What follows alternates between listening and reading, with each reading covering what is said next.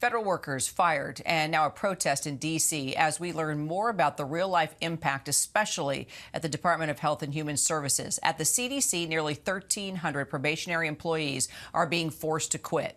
More than a dozen staff cuts could impact the World Trade Center health program, potentially putting the health of September 11th first responders at risk now.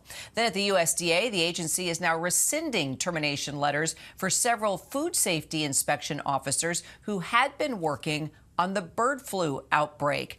Then at the FDA, the head of the food division is actually stepping down. Jim Jones says in his resignation letter that the firings demonstrate the Trump administration's disdain for the very people necessary to implement the department's agenda of improving the health of Americans. In all, the cuts include more than 5,200 employees at HHS. Senior White House correspondent Selena Wang is there at HHS headquarters in D.C. You can see all the protesters behind her. Selena, what are these federal workers out there telling you?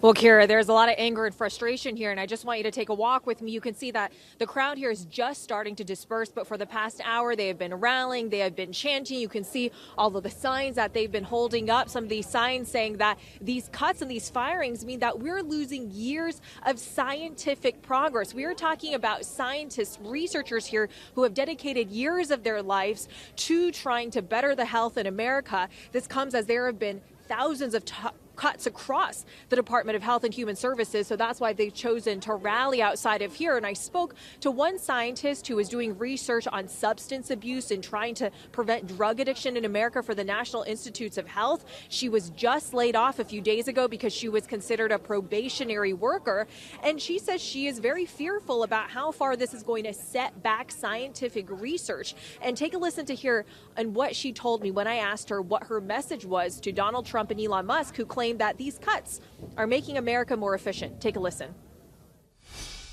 It's not efficient to fire people indiscriminately based on one line on their hiring HR form. That tells you nothing about what the work is. I mean, we already saw the nuclear staff scientists who are helping protect our nuclear weapons and energy. We saw that people working on bird flu were fired. We know now that people working on substance use disorder and overdose were fired. These are all things that seem really important to health and safety, and because it was so indiscriminate and just the fastest way, it's efficiency in firing people is what it is. It's not efficiency in running government.